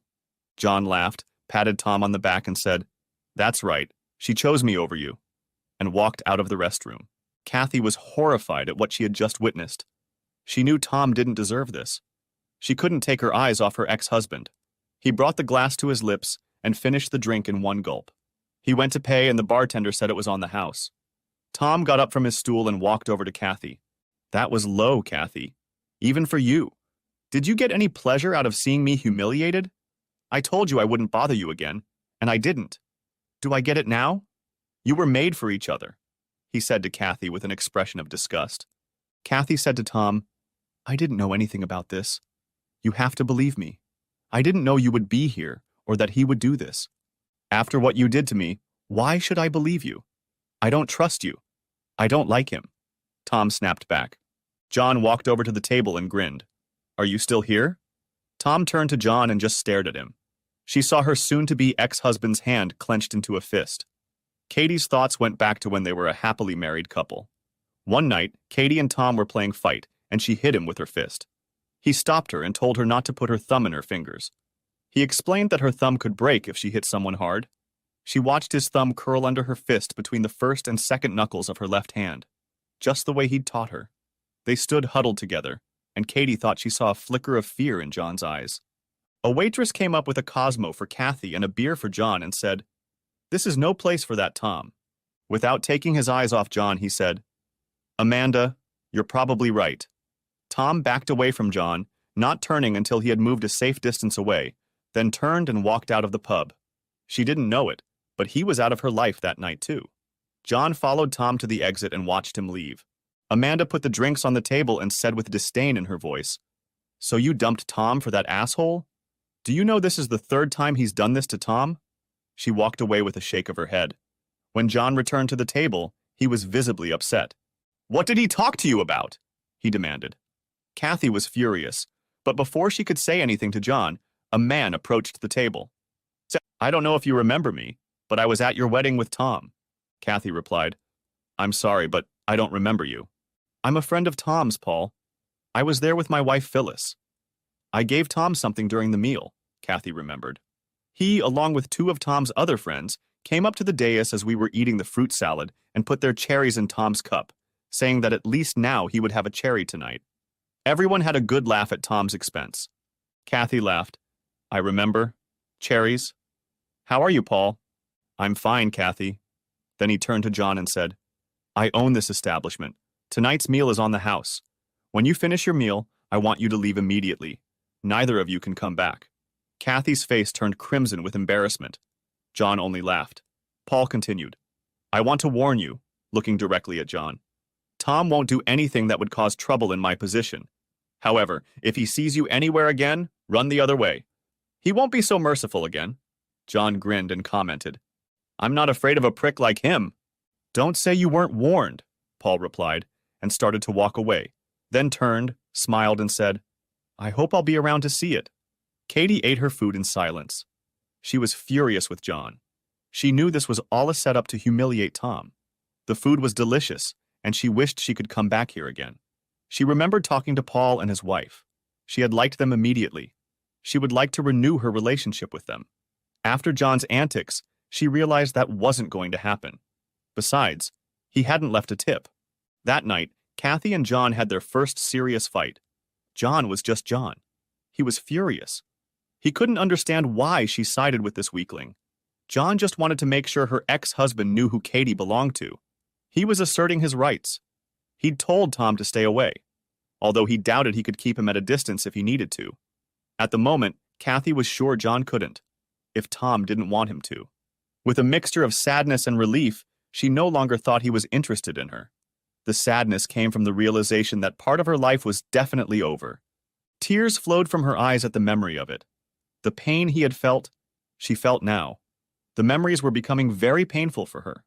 Somehow she felt she had to keep going through the boxes until she got to the last red box. A week later, Kathy was at work when she heard the door to the agency open. Kathy looked up to see who was there and, to her shock, saw Tom's cousin Janice, the same one she had told that she loved Tom and would never hurt him. Janice looked very professional. She was wearing a gray pinstripe business suit, a blazer skirt, and a white shirt. She approached Kathy with an enraged expression on her face. In her left hand, she held an attaché case.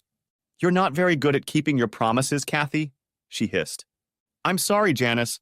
I didn't mean for this to happen, but it did," Kathy explained. Janice looked at the nameplate on her desk and picked it up. "Is that you? Are you still Kathy Holden?" Kathy replied, "Yes." "Good," Janice said, put the attaché case on the desk, pulled out a white folder and tossed it on the desk. "You have been served." Janice said this with obvious disdain. She then pulled out a black box and tossed it on top of the folder and said loudly, "You stupid cheating bitch. You hurt him. He's too good for you. You know that, don't you? His heart is broken. Don't worry. He'll find someone else to get his heart back. I know you'll drag your whore ass to him one day. Maybe he'll take you back too. So I hope he's already found someone else to take your place. You should listen to the CD, by the way." "I did. It's beautiful. My cousin was always too good for you," shouted Janice. Janice turned to leave when Kathy heard someone yell, "Wait!" She saw Grace get up and walk over to Janice. Grace was standing with her back to Kathy and facing Janice. They talked for a few seconds, and Janice shook her head in agreement. She saw Grace holding something out to Janice. Janice looked at Kathy, and a smile appeared on her face. She turned back to Grace, smiled again, and again shook her head in agreement. Janice turned to walk out the door, and Kathy heard her laugh. Grace returned to her desk, and Katie thought a smile appeared on her face as well. Kathy opened the box and pulled out a CD.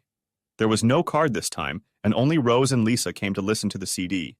Lisa asked, "Do you want to listen to it now, or wait until the end of the day in the car?" Kathy replied, "Janice said it was beautiful. Why not turn it on now?" She inserted the disc into the turntable on her desk, and a Garth Brooks song came on. It was The Dance, and it was beautiful. Looking back, I remember the dance we shared under the stars. For a moment, everything in the world felt right.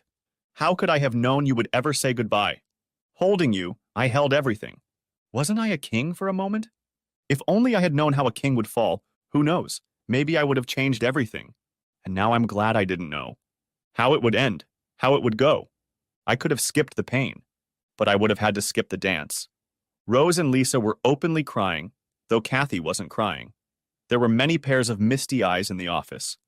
Most of the women liked Tom, and he said all the pain was worth all the time spent with her. Kathy hadn't realized it then. This time, Katie understood exactly what he was talking about in the song.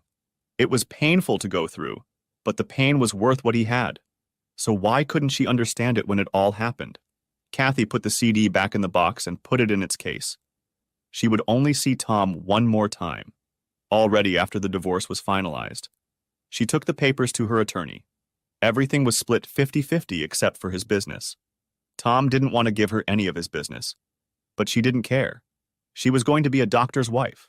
Let him keep his business. She signed the papers. John and Kathy were married a month after the 6-month waiting period had expired.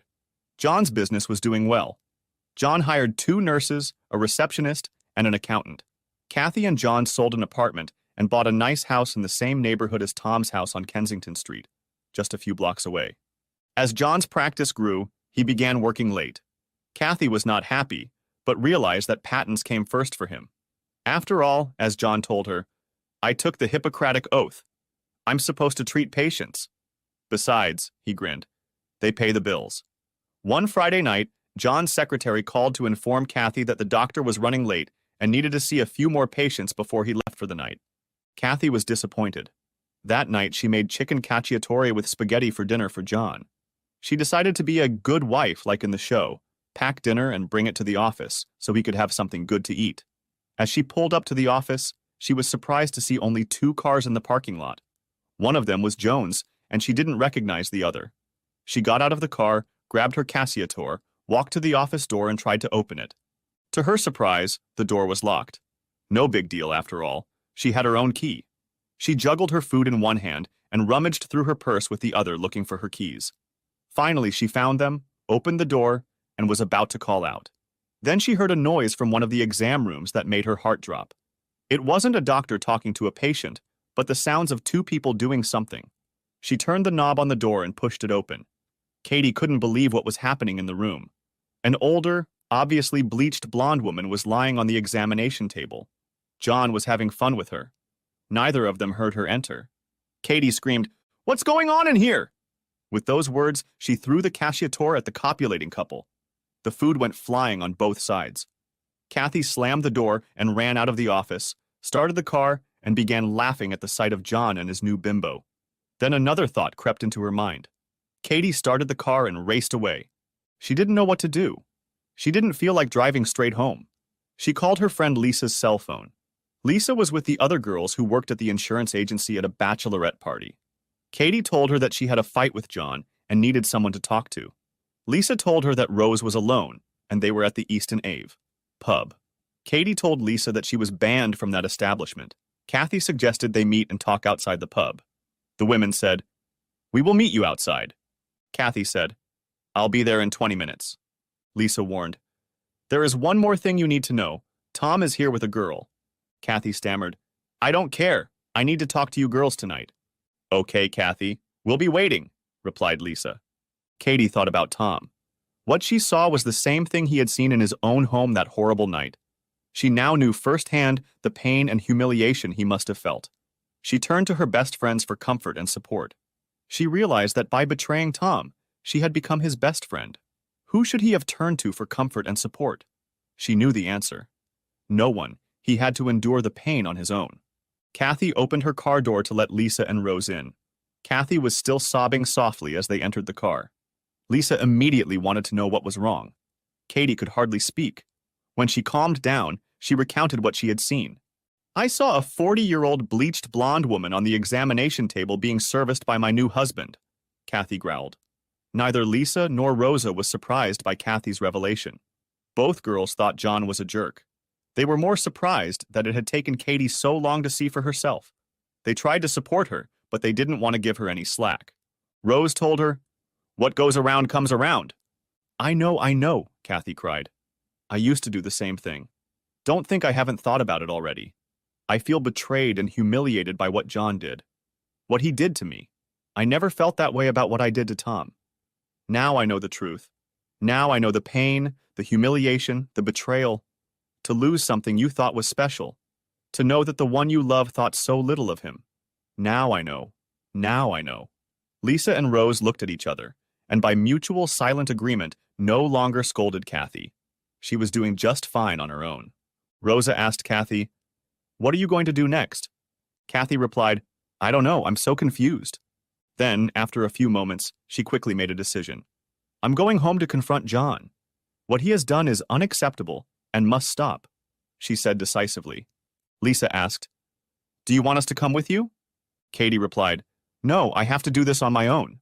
The girls got out of the car and watched Katie drive away. They walked back to the pub and walked up to the bar where Tom was ordering drinks and saw them. A huge smile appeared on his face. "Rose, Lisa, it's so good to see you. How long has it been? Almost a year." He hugged each of them. Neither Rose nor Lisa smiled, and only lightly hugged him back. Tom, realizing their reaction was less than friendly, pulled back. "I'm sorry," he apologized. "I didn't know it was like this. I'll go." Tom stepped back, puzzled. It seemed to him that the last time they had been together, he had left on a positive note. But on the other hand, he thought, they're Kathy's friends, so why shouldn't they be friendly with me? Lisa was the first to realize the sudden change in his attitude and called out, "Tom, wait, it's not what you think. Please come back. We need to talk to you." Lisa and Rosa wanted to take Tom to a stall and talk to him. At first he said he would have to check with his dinner companion. He walked over to his dinner companion and spoke to her. She looked at Lisa and Rose and spoke to him briefly again. Finally, she smiled at him and shook her head in agreement. Tom walked back to Lisa and Rose's table and sat down. "What is the meaning of all this? Why are you guys giving me a hard time?" he asked in confusion. He waited for their answer. Rose replied, "It has nothing to do with you. It's just that we got some bad news tonight." "Oh my God, I never thought of that. Is there anything I can do to help?" asked Tom. Lisa replied, "There probably is, but I don't think you'd want to." What are you talking about?" asked Tom. Tom leaned forward with his hands on the table and completely immersed in his work. Lisa said, "It has to do with Kathy." Tom pushed himself away from the desk and leaned back in his chair as if he had just heard the rattle of a rattlesnake. His demeanor changed instantly. "What's she got to do with it?" asked Tom warily. "She just caught John cheating tonight," Lisa whispered. His face said it all. At first it was completely blank. Then a small smile appeared on it, changing to a huge laugh. When he finished laughing, he leaned forward, shaking his head back and forth and said, Karma's a bitch." Then he looked at the women and asked, still chuckling, "Why are you telling me this? What does it have to do with me?" "Nothing," Rose replied. "We just wanted you to know why we came down today." Tom's attitude changed again. "I'm sorry, girls. I drew the wrong conclusion. I should have known better. So where is she now?" he asked. Lisa replied, "She went home to confront him." "That's definitely a bad idea. Jones is a coward, but if pissed off, he won't hesitate to harm a defenseless woman," stated Tom. Anger flashed in Rose's eyes. "If he's a coward, why didn't you fight for her when you had the chance?" she asked smugly. Tom sat back in his seat again, but this time without disgust. Finally, he leaned toward the girls again with an expression of deep sadness on his face. "I asked her if she loved him. She answered that she did. She told me she didn't love me anymore. What else was there to fight for? If I beat the shit out of him, would that make her love me again? No. She would have hated me. So where's the point? I was in a lose-lose situation. She wouldn't have loved me anyway, and I could have gone to jail. Do you understand my reasoning now, Rose? Tom asked. Rose nodded her head affirmatively, now embarrassed that she had even asked the question. Lisa asked, "So what are you going to do?" Tom was unfazed. He said, I'm not going to do anything. She's not my problem anymore." "You can't say that. You loved her once," Lisa reminded him. "That was a long time ago. People and things change," objected Tom. Rose spoke up. "I know you, Tom. I've known you for 5 years. I've been talking to Paul about you. Are you surprised? Don't be surprised. You are very highly thought of here. I've overheard stories about you from your friends here in this bar. You have a lot of friends, don't you? Even when you and some of them were fighting, if they needed something, you still helped. Katie was your best friend. Even if she hurt you badly, you still didn't abandon her. Maybe it was your upbringing or maybe it was your military background, but you didn't let people down. You won't change, Tom Holden. Not you," replied Rose. Rose had kept her eyes on Tom as she spoke. Now he was keeping his eyes on her as he spoke too. "Rose, this is a family matter. It's something that should be decided in court. Frankly, it's a problem I have no way of solving. It seems to me that this is her just reward. Chickens come home, if you know what I mean. If she ever needs me, if I can help, you can count on me. What I told you both that day in the parking lot still stands. If anyone hurts her or tries to hurt her, I expect you to let me know. This doesn't fall into that category. He hurt her, but no less than she hurt me. Bottom line, ladies, I will stay out of her family squabbles. Maybe they can work through it. Maybe she will fight for this marriage, unlike what she did to me. Maybe he'll realize his mistake and won't do it again. Maybe she will forgive him. I don't know. But it's not for me to get involved here. Not now," Tom insisted. There was an awkward silence. Tom was the first to break the silence, noting, "Ladies, it would be nice to see you under different circumstances. Hopefully, if we meet again, we can have a drink and a laugh. Now, if you'll excuse me, I have to get back to my date." Tom left the booth, and as he started to walk away, he turned around and confirmed, "Remember, if anything bad happens, please let me know." Both girls nodded in response. They watched him walk back to the table and sit down. His companion said something and he began to speak. There came a point in the conversation where he started to smile and giggle when the girl put down her fork and obviously started to scold him. Lisa and Rose knew that he had told her about the affair and started laughing at Katie's predicament, and that's when his companion got angry with him. Tom lowered his head and started nodding his head yes and no, but in the end he didn't know what to do and just sat there staring at his plate. When she finished, she placed her hand on his and smiled. You could read on her lips, "I understand." Tom seemed to lose his appetite and pushed the food away. His companion had time to eat while he talked to Lisa and Rosa. He got the check, and they left. Lisa and Rose were left to wonder how Katie would behave when she returned home that evening to confront John. They paid the bill and left the bar. Neither woman left in a good mood. On Monday and Tuesday, Kathy was called in sick. Lisa was concerned but didn't want to get involved. Like Tom, she considered it a family matter. Besides, she had already gotten burned once before by getting involved in Kathy's affair with John. It shouldn't happen again. She called John's office on Tuesday, but it was open for business, and the doctor was on site. Apparently, they weren't sitting at home dealing with their own problems. Lisa decided to call Kathy on her cell phone. Lisa left a message. Lisa was worried about Katie and asked her to call her back. Kathy did not answer the call. Lisa and Rosa decided to go to Kathy's house if she didn't return to work on Wednesday. It was 9:05, and Lisa and Rosa were deciding what to do when they saw Kathy's car pull into the parking lot. Feeling greatly relieved, they went to their desks and got to work. When Kathy walked through the door, the women were horrified. Large sunglasses did not hide the bruises around Kathy's left eye. Heavy makeup on her right cheek showed even more damage to her face. Lisa and Rose quickly took Katie into the ladies' room and closed the door. Lisa pulled the glasses off her face and aghast. Katie was stoically calm. Apparently, she was covered in tears. Rose asked, "What happened?" She started crying. She wasn't all tears. Katie finally stopped and told the women what had happened. When she arrived, John was home. He immediately yelled at her. "Where have you been? Who were you talking to? What were you thinking when you threw that disgusting food at us?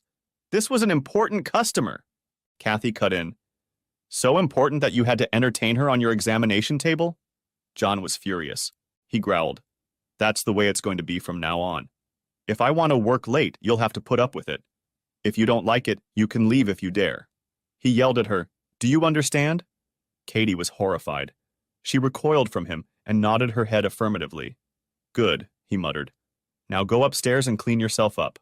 Katie went into the bathroom and splashed cold water on her face. The next morning, Katie woke up wearing the same clothes as the day before. Katie went to the bathroom and was surprised to see that her entire face was swollen. All day, she had been putting something cold on her face to relieve the swelling. John was nowhere to be found. Kathy breathed a sigh of relief. She didn't want to see him anyway. John didn't come home until Sunday afternoon. He didn't explain his whereabouts in any way, and she didn't bother to ask. That night, John wanted some entertainment. Kathy declined, apparently. He left again. On Monday, he came home to shower and change his clothes, then left for the office. The girls listened in silence, first in complete shock at her story, then angry at John's callousness.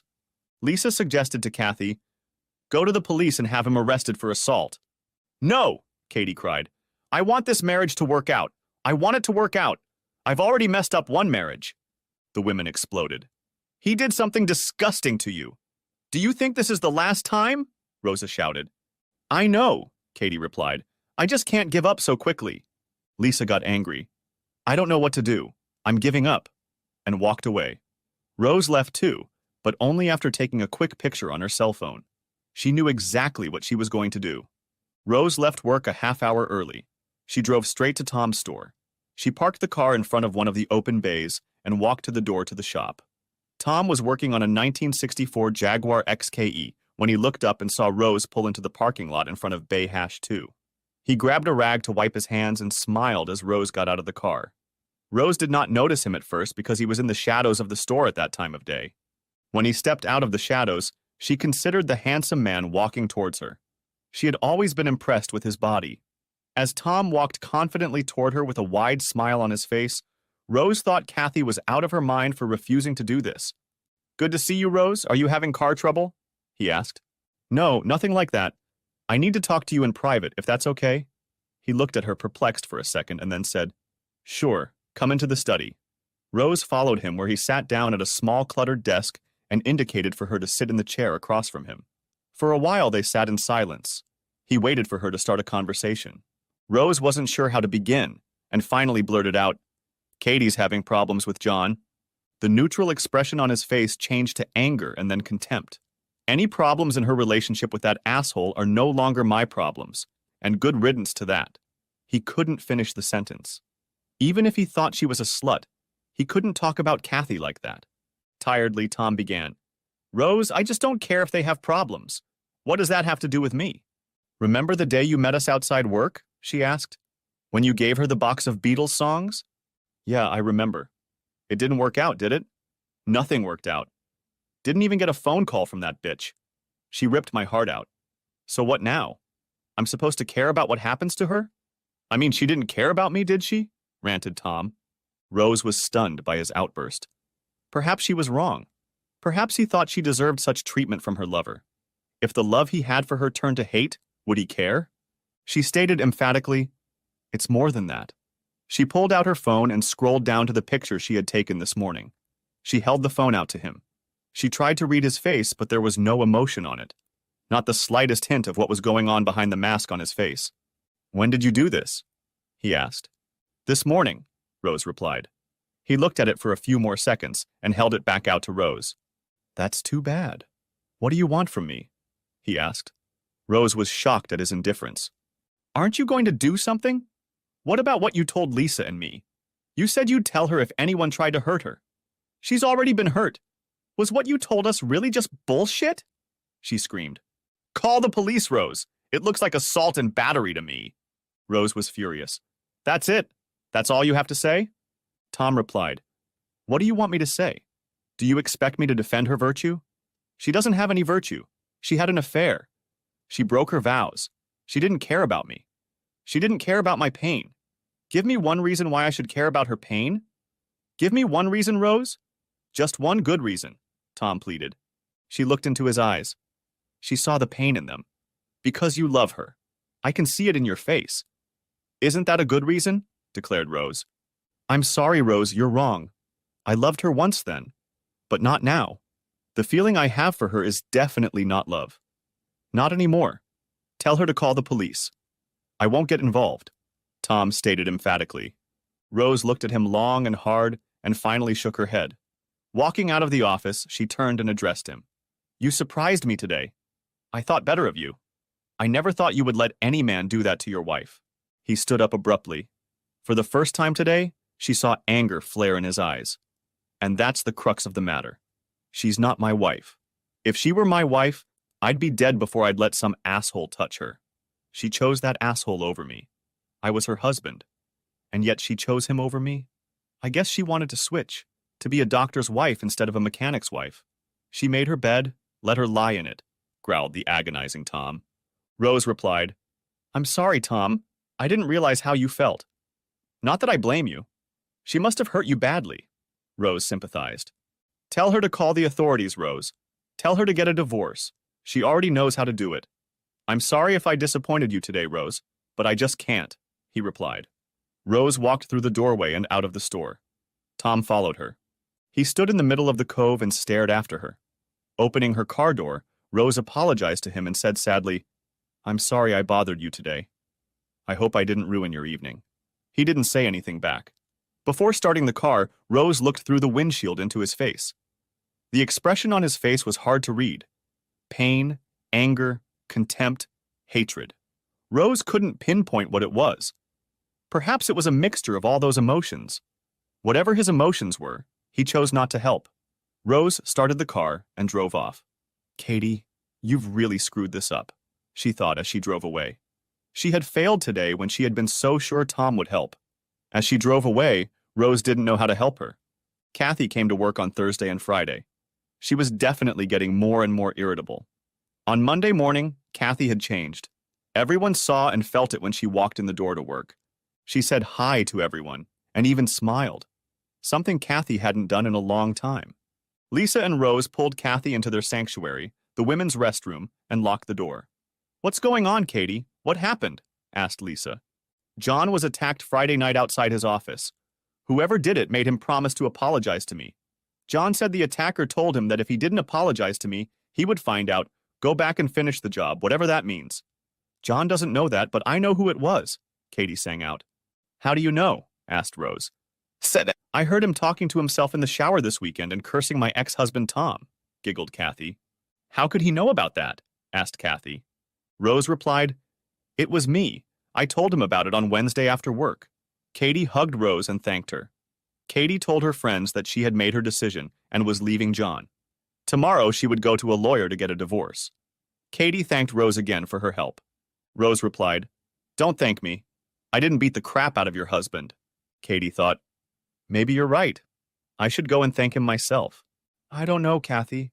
He's not too fond of you right now. You didn't hear him talking about you when I went to see him, Rose warned.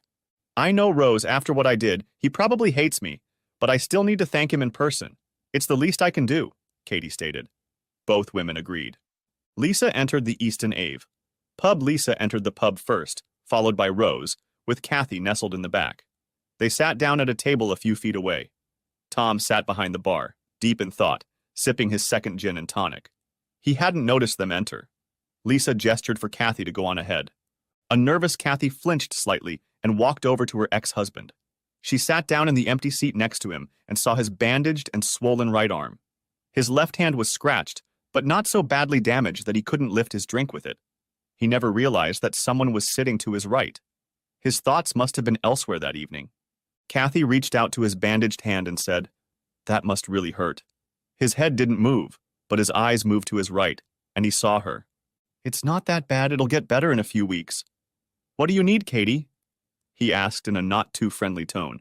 Please, Katie pleaded. I just want to talk, not fight, do you mind? He nodded his head. Katie noticed that he didn't remove her hand from his bandaged one. He didn't remove it because he actually still craved her touch, no matter how much it hurt. Katie began. I want to thank you for what you did on Friday. I know it was you. After everything I did, you still helped me when I needed someone. I felt I had to come to thank you in person. I owe you a debt of gratitude. She looked at his handsome profile, without a single blemish from the beating he had given John. Kathy put her hand on his chin and turned him toward her. You can't even look at me? His face was clean and spotless. He couldn't hurt you in any way, could he? Asked Kathy. He thought you were a wimp or a weakling. But you knew that, didn't you? I was worried about you. Probably for nothing. Guess he was wrong about me, Tom said with a sad smile. And then Tom pulled his head out of her hands and turned around, bringing the glass to his lips and taking a sip of the clear liquid. I'm leaving him, Tom, Kathy admitted. I'm going to move in with Lisa until I get my own place. I'm going to divorce John. I want to start seeing you again, if you'll let me. I realize what I did was stupid. I finally found out who my true love is, and it's you. I desperately want what we had back. I want you back if you'll let me. He finally turned to face Katie, pulling his bandaged hand out from under her arm. You wanted to thank me? He replied angrily. It wasn't necessary. Were you worried? Hardly. Were you worried that morning when you left me alone in the house to go with that asshole? Did you care about my pain? What I was going through? No. You only cared about yourself. Why do you care now? You got what you wanted. But I get it. Why be stuck with an ordinary car mechanic when you can be a doctor's wife? Isn't that right? So you used me, didn't you, all of you? You got what you wanted from me. What did I get? I got more pain. My hands hurt like hell. My girlfriend got mad enough to dump me for helping you. I could still go to jail for my actions. Tomorrow, you will have another long-lost lover in your bed to keep you company. The only company I will have is my pain. Why don't you go away? All three of you, leave me alone. Katie shook her head at his verbal onslaught. Looking her straight in the eye, he said, Just leave. Kathy's face went pale under his onslaught. She didn't realize how much pain he was in. The pain was easy to see in his eyes. It was written all over his face. Before John's bullying, she had never given much thought to what he was going through. Now she finally understood. John was doing to her what she was doing to Tom. Now she understood the pain, the betrayal, and the humiliation. Yes, now she knew. But what to do now? Katie started to speak, but he silenced her with a wave of his bandaged hand. If you don't leave, then I will. He spat. He quickly slid off the bar stool and was gone in a flash, casting Rose and Lisa a disapproving glance as he passed them and out the door. Katie was visibly shaken. She looked at the women with a perplexed expression on her face. Go after him, Kathy, Lisa requested. The women ran out the door and saw Tom driving away in his pickup truck. They went to Lisa's house to discuss what had happened that night. Neither of them were happy with the way things had turned out. Katie pulled out the last of the blue boxes. She opened it. There was no note in the box. She put it into the player and listened to Randy Travis start singing, I Told You So. As she listened to the song, she remembered. It was a Wednesday night. Lisa and Kathy went to the mailbox to bring in the mail. In one of them was a small package addressed to Kathy. From the handwriting, Kathy knew immediately what it was and from whom, although there was no return address. Katie tore off the brown wrapping paper and discovered another blue box. As they walked to Lisa's apartment, no one talked about anything. Each of the women was immersed in their own thoughts, wondering what was inside the box. When they entered the apartment, Lisa asked, Kathy, are you going to listen to the CD? Kathy shook her head. Yes. She couldn't speak without crying. Lisa took the CD and put it into the player. Randy Travis's voice filled the room. Suppose I call you tonight and tell you I love you. And suppose I said, I want to come home. And suppose I cried and said, I think I finally learned my lesson. And I'm tired of spending all my time alone. If I told you that I realize that you're all I need, and it's killing me to be so far away, will you tell me you love me too, and will we cry together? Or will you just laugh at me and say, I told you, oh, I told you that one day you would come crawling back and ask me to take you in. I told you, but you had to leave. Now I've found a new man, and you'll never break my heart in two again. Kathy's heart broke again, just as it had that night at Lisa's apartment. Tom had let her know he was done with her. He would never let her back into his life again. For the first time in a long time, Katie burst into full-blown tears. She let it all out. All of her grief spilled out. How much she missed her ex-husband. She realized that she had been foolish to give up what she had, just like Lisa had told her when it first happened. She cursed her stupidity. Kathy quit her job at the insurance company shortly after she received the box from Tom in the mail. She took a job as a receptionist at a local doctor's office.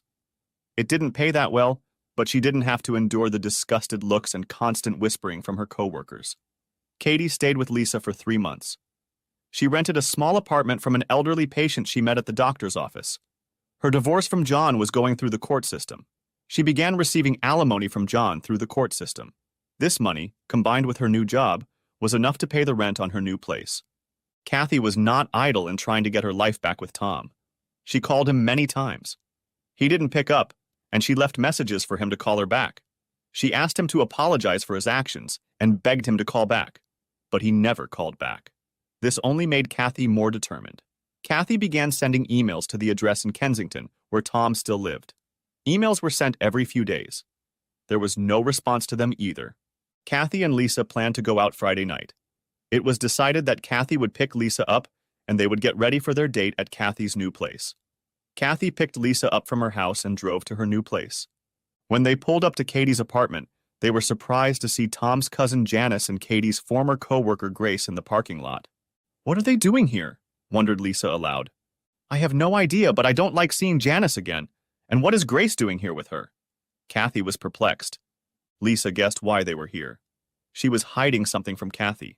The girls got out of the car and cautiously approached Janice and Grace. Janice waited until Kathy and Lisa approached them before she spoke. "Hi, Kathy," Janice opened.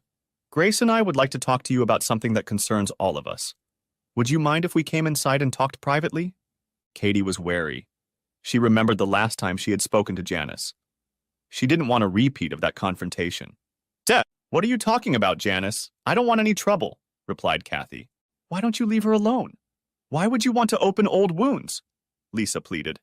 Grace looked sympathetically at Lisa and Kathy before replying. "I would leave it, Lisa, but I think Kathy should know about it. Please, Kathy, could we go inside and talk privately?" asked Grace. Confused, Kathy looked at Lisa for some direction. Lisa nodded to Kathy as if to say, "Let's go inside and talk." With a shudder, Kathy replied, "Let's go inside." Once inside Kathy's small home, the girls made small talk, complimenting Kathy on the decorating.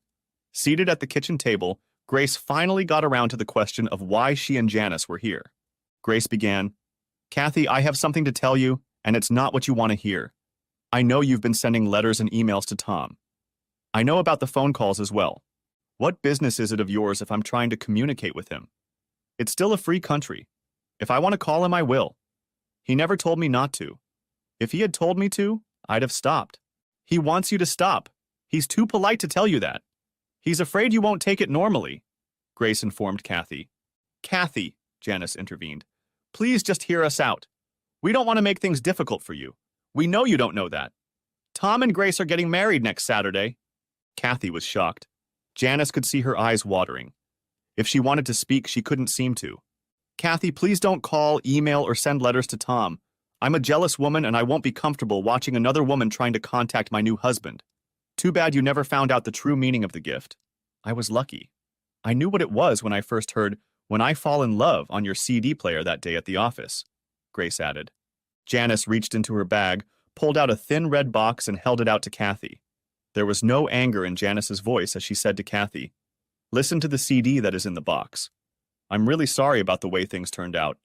We want you to know that we didn't come here to hurt you, but you needed to know that." Katie turned to Lisa as Janice and Grace left the apartment and asked, "Did you know about this?" "Yes," Lisa replied guiltily. "I didn't know how to tell you. Grace told us a few weeks ago. I knew you were trying to get back with Tom. I knew it would hurt. I couldn't tell you. I knew it would hurt you too much." Kathy inserted the CD into the slot on her machine. Kathy took another sip of wine and looked at her watch. It was 2:30 p.m. It had only been an hour and a half before she remembered the trip with her ex-husband. She looked at the red box that stood at the end of the row of boxes. She picked up the box, pulled out a CD, and slid it into the slot of the machine like she had done a week ago. The Shirelles Band began singing the 1961 hit "Foolish Little Girl." "You broke his heart and made him cry, and he's been gay ever since. Now he's found someone new, and you want him back again. Foolish little girl, fickle little girl. You didn't want him when he wanted you. He's found another love. He dreams of her. And there's nothing you can do about it." Katie realized that Janice was right. There was nothing she could do about the mess she had made of her life. She needed to stop trying to get back what she had lost. Of course it was her fault. She knew that Tom and Grace were probably walking back from the altar right now as a married couple. Or maybe they were standing in line at the reception, greeting guests. Whatever they were doing, she wouldn't be thought of or missed. Thinking back, she finally realized what the gift was. It was the thing she had so carelessly discarded, whereas Grace had realized it when she first heard "When I Fall in Love" that day at the office. She was frustrated that it had taken her so long to realize it. Now, finally, she did realize it. This was the most special gift she had longed for. That gift was his love. The end. Thanks for watching. I hope you enjoyed it. So subscribe to my channel and watch the next video.